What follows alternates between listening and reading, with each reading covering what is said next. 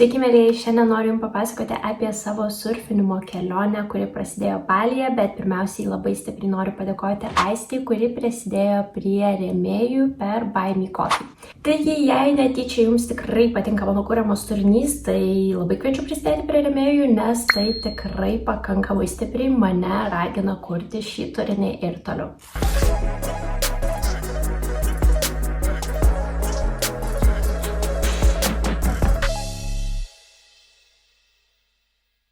Pakankamai dažnai susilaukiu klausimų, ar verta bandyti surfinti Balyje, jei visiškai absoliučiai nemokate surfinti, tai tikrai taip, nes būtent taip ir prasidėjo mano visa meilė surfinimui, tai yra Balyje. Visų pirma, tai tikrai labai rekomenduočiau rinktis stovyklą, nes stovykloje jūs gausite visas reikiamas žinias. Tai reiškia ne vien praktinės žinias, kaip surfinti, bet ir teorinės žinias, nes pasirodo surfinimas turi šiokias tokias taisyklės, kurias jūs turite žinoti. Taip, jūs visą laiką galite pasiimti pamoką pas kažkokį surfinimo trenerį, kurį tiesiog rasite paplūdimyje, bet niekada nežinosi, ar juo gali pasitikėti, ar jis turi kažkokią licenciją, ar jis tikrai gali mokyti, ar jis tiesiog pats moka surfinti. Aš savo visas surfinimo žinias, kurias turiu dabar, ir įgavau būtent šitoje surfinimo stovykloje, kurią pradėjau visiškai nuo nulio prieš keletą metų, ir tai buvo būtent Balyje. Dabar noriu Jums parodyti, kaip atrodė kiekviena diena šioje stovykloje. Taigi, pirmiausia, atvykę į stovyklą gauname savo lentą ir esame supažindinami su tuo, kaip su ją galima elgtis ir kaip ne. Labai rekomenduoju pačioje stovykloje pasiimti lentos draudimą, nes net jeigu ir turite kokį nors kelionių draudimą, reikėtų žinoti, kad nuomojamiems daiktams tokiems kaip lenta, motoroleris, automobilis ar kažkas panašaus, kelionių draudimas jų nedraudžia. Taigi kruopščiai nusifilmuoju savo lentą ir tada keliaujame apžiūrėti kambarį. Geras dalykas yra tas, kad su kiekvienu apsistojimu šioje stovykloje gaunate vis didesnę nuolaidą, taigi mums atskiras kambarys šį kartą kainavo žymiai pigiau net negu bendrabučio tipo kambarys.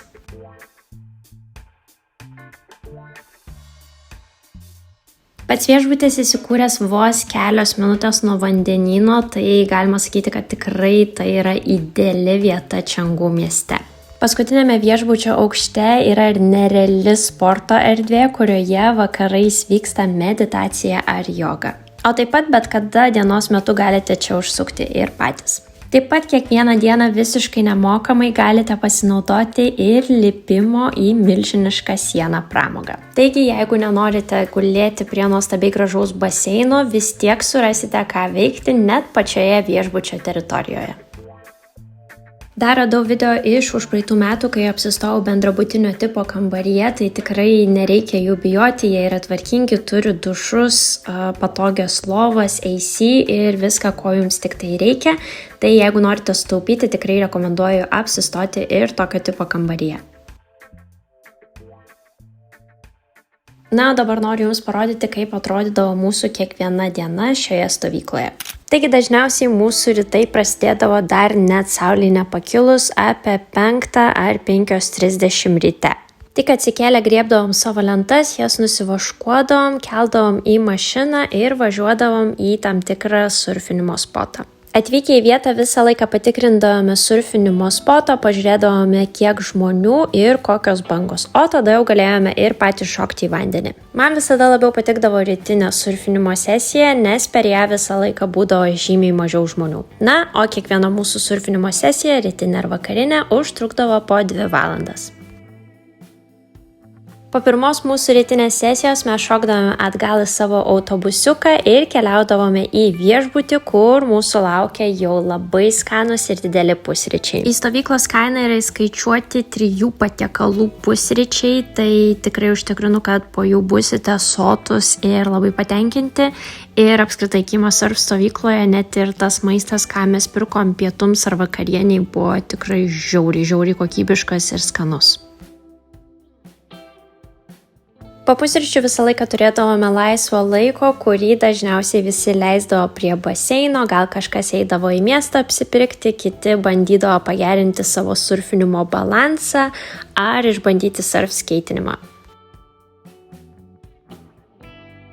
Po pietų maždaug apie 3 valandą turėdavome antrą surfinimo sesiją, tačiau pasitaikydavo dienų, kai bangos buvo tiesiog per didelės, tai tokiu atveju mes turėdavome kažkokias surfinimo pamokas tiesiog viešbučio baseine. Mes visi kartu paprašėme, kad mus išmokytų dagdaivinti, nes nei vienas iš mūsų to nemokėjo. Dėl to man ir patinka šios stovyklos, nes turi čia pat trenerius, kurių gali kažko paprašyti ir jie tau tuo jau pat viską kuo aiškiausiai paaiškins. Jei nežinote, kas yra dagdaivinimas, tai čia yra tokia technika, kai siekiant išvengti bangos smūgio, tu tiesiog paneri po banga. Na, žinoma, kai tu žiūri į savo surfinimo trenerį, tai viskas atrodo žymiai lengviau negu yra iš tikrųjų, bet kai pabandžiau pati, tai atrodo, kad tiesiog varčiausi į vieną ar į kitą pusę kaip koks cepelinas.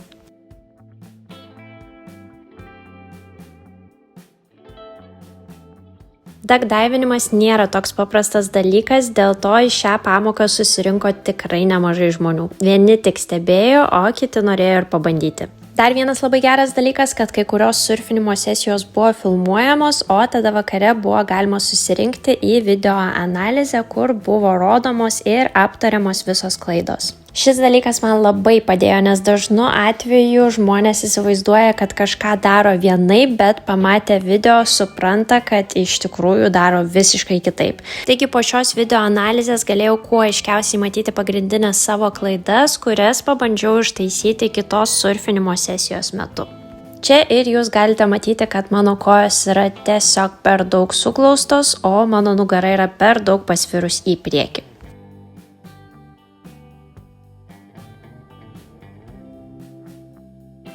Dar vienas dalykas, kurio žiauriai pasilgau, tai balio saulėlydžių, kurį mes visi kartu palydėdavom su šaltais gėrimais ir dainomis. Į stovyklos kainą buvo įtrauktas ir vienas barbecue vakaras, kurio metu stovyklos svečiai galėjo ne tik skaniai pavalgyti, bet ir pasiklausyti gyvos muzikos ar sudalyvauti kitose viešbučio organizuojamose veiklose. Tai va, taip maždaug ir atrodydavo mūsų kiekviena diena Kima Surf stovykloje Čengu, Balyje.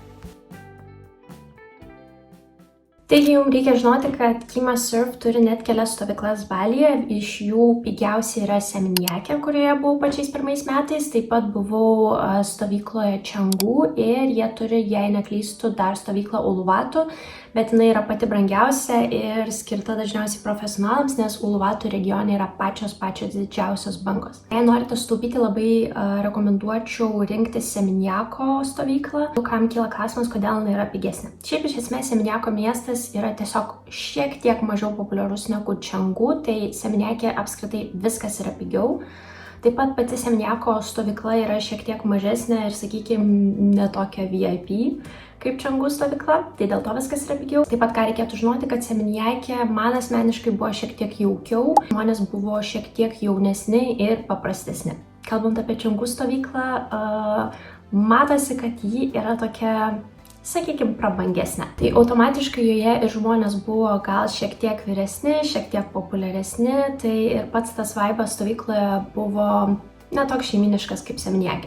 Kadangi Seminjake ir pati teritorija buvo mažesnė, tai ir atrodo, kad visi žmonės toje stovykloje buvo tokia labiau kaip šeima ir viską veikiama kartu ir taip toliau panašiai.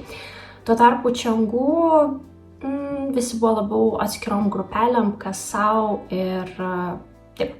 Uluwatu nieko negaliu pasakyti, nes nesu tokia profesionali surferė, kad galėčiau keliauti būtent į tą stovyklą, nes, kaip ir sakiau, Uluwatu regione bangos yra labai didelės ir ten jau surfina pakankamai daug patirties turintys žmonės, bet ir tuo pačiu kaina Uluwatu stovyklos yra vos ne gal 2 didesnė, tikrai kai žiūrėjau, tai kaina buvo žiauriai didelė. Tai dar kartą pasikartosiu, tikrai labai rekomenduoju šią stovyklą būtent tam, kad jūs norėdami surfinti išmoktumėt viską nuo iki, kad nebūtų jokių baimių, jokių neaiškumų, kad jaustumėtės drąsiai vandenyje ir žinotumėt tikrai, ką jame darote. Jei dar turite kažkokių klausimų apie šią stovyklą, tai drąsiai klauskite, bet iš esmės jau esu ją rekomendavus nežinau kiek žmonių. Ir visi sakė, kad nors jinai yra ir brangi, bet ta prasme viskas, ką jūs ten veikiate ir kokias žinias gaunate ir kokį maistą valgote, atperka visus pinigus ir ne veltui žmonės grįžta. Aš jau buvau toje stovykloje 3 kartus. Tai visiškai drąsiai surfinimą Balyje rekomenduočiau visiškai kiekvienam, mokančiam, nemokančiam, profesionalui, neprofesionalui, nes tiesiog yra tiek daug skirtingų vietų, kur jūs galite surfinti pagal skirtingą levelį. Taip, kad tikrai nereikia bijoti ir būtina per savo gyvenimą bent jau išbandyti surfinimą. Gal jums nepatiks ir jūs tai užmiršite, o gal tai bus jūsų naujoji pati mėgstamiausia veikla. Tai va, šiandien taip trumpai, kaip visą laiką primenu sekti mane Instagrame, jeigu dar to nedarote. Užsukite mano svetainę www.spalvotampasauliu.lt, nes man tiesiog patinka rašyti ir kiekvieną savaitę dalinuosi kažkokią nemokamą informaciją apie keliones. Tai tikrai rasite visko, ko jums reikia, o jeigu nerasite, vėlgi rašykite man. Tai va, ačiū, kad žiūrite, ačiū, kad grįžtate į šį kanalą ir susimatysim jau greitai.